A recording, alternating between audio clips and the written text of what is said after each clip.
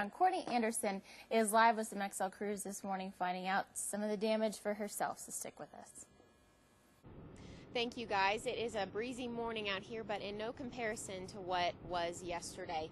I'm here at 27th and Osage, and with me is Wes Reeves over from XL Energy talking about the 2,600 people still without power. How are you this morning? I'm doing pretty well considering what's happened. Well, talk to me about the places that are hit so far, the places that are still without some power this morning. Sure. Well, we're looking obviously in this area, the Lawndale area, some large pockets of outages, also around the Olson area, and then north of I-40 around the fairgrounds. Those are some of our larger pockets of outages, but we do have outages all over town and just ones and twos here and there. So a lot of wind damage, and we're still probably assessing and finding out more. And also, you said that some people have power back. The number was, what, 6,000 people? It was more than 6,000. Really, our problem was the wind that came through yesterday afternoon. We had some additional problems last evening, but definitely the wind. At one point, we had more than 6,000 out. We brought everybody available out to work those outages. We got those down pretty far, then had to stop, obviously, last night when we had tornado threats. And so the people that are still without some power this morning, what can you tell them? Do we have a time frame that we're looking at? I know we have a lot of people out that are from XL. You've brought people in from out of town to be working on these power lines, if you can even see behind me. Some are down right now. It's pretty dark right now. We'll still be out here this morning to be able to get a little bit of a clearer shot, but for some people that are still waiting on that power, what could you tell them this morning? Well, for one thing, we are bringing a lot of extra help in, so we want folks to know that. We've got people coming far away as Clovis, Levelland, Lubbock, Seminole, Texas, so a lot of folks are coming in to help us this morning so our guys can get some rest. They've been out here all night. There could be some people without power well into today. We'll know a little bit more later to see what kind of damage we have. We do hope to have the bulk of these customers restored sometime today, but we don't want to make any guarantees at this point until we know exactly what we're facing. Okay. Well, Wes, thank you so much for being out here this morning. We're going to be here live all morning, so stay tuned. Don't go too far. We're going to take a quick break, and then we will be right back. Keep watching Daybreak. We had the severe thunderstorms last night, but we had some strong winds ahead of those storms yesterday afternoon and evening, and Courtney's out doing an assessment of some of that damage this morning. Courtney?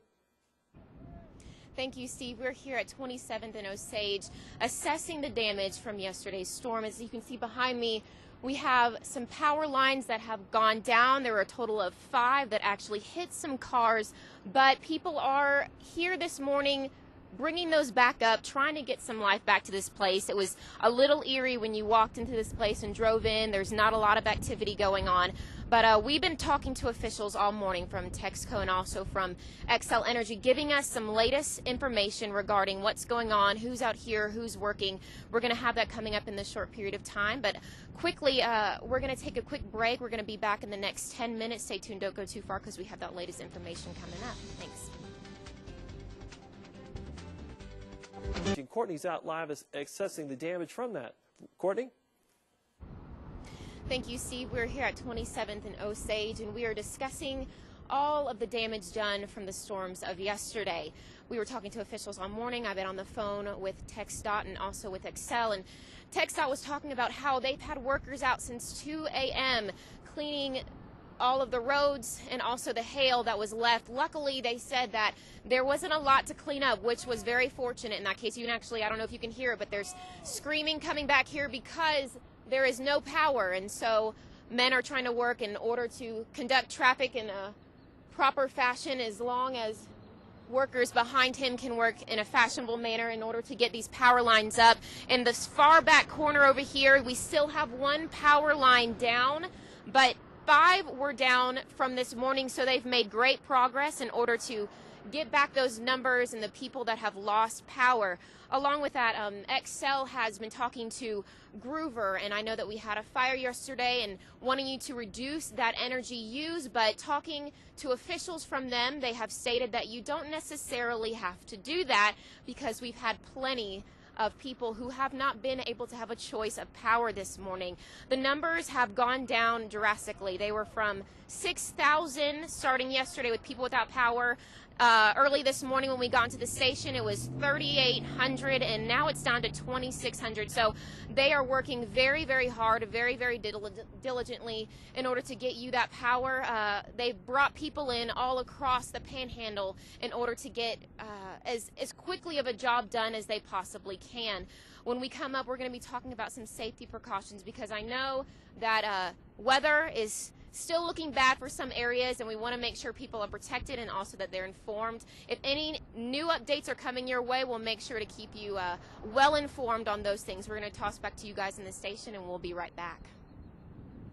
All right, Courtney, thank you so much. Of course, we'll keep you updated as to XL crews working so hard this morning. We sure do appreciate them. Courtney?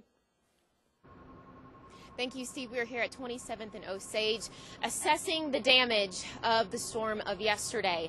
And a place I know that we've discussed earlier in the show that really took a hit was Sleepy Hollow. Some damage that consisted of hail that damaged cars and broke windows of cars and also in houses, left debris on a lot of roads, which we have already stated that TxDOT has done an infamous job cleaning up.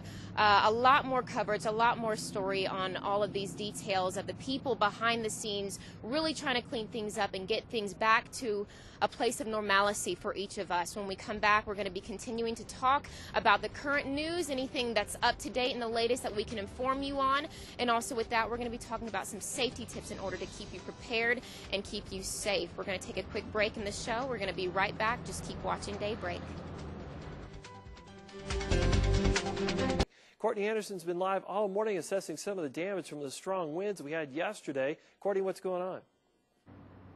Thank you, Steve. We're here at 27th and Osage, and really quick, I would love for you guys to take a look at this because the sun is starting to rise. These workers have been out here all morning, even before we got here at 5:15, working on power lines, getting our power back up and running, and directing traffic, because a good bit of this street, this intersection right here, was without any power, and now they're starting to gain that back. But really quickly, I would like to discuss some of the precautions that people are encouraging for us to take. I know that the eastern panhandle to Oklahoma is still under a little bit of surveillance with some weather that's coming up, and so for tornadoes that are coming your way, make sure to go to a basement, and if you don't have a basement, make sure that you go to your lowest floor possible and find a small room like a closet or a bathroom.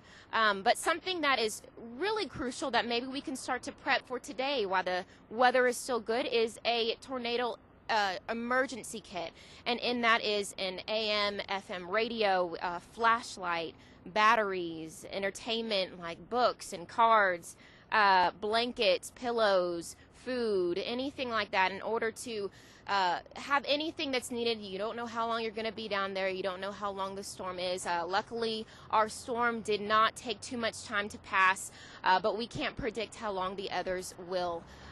Making sure that we keep you up to date.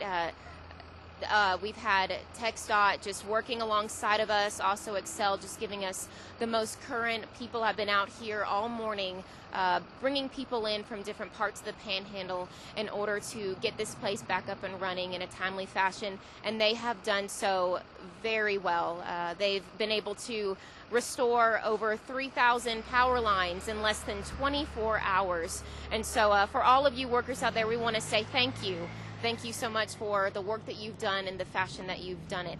And if you want to go live with Courtney Anderson, make sure to check out my Facebook page, Pro News 7's Courtney Anderson, or email me at canderson@kvii.com. We're going to take a quick break, and we will be right back. Keep watching Daybreak.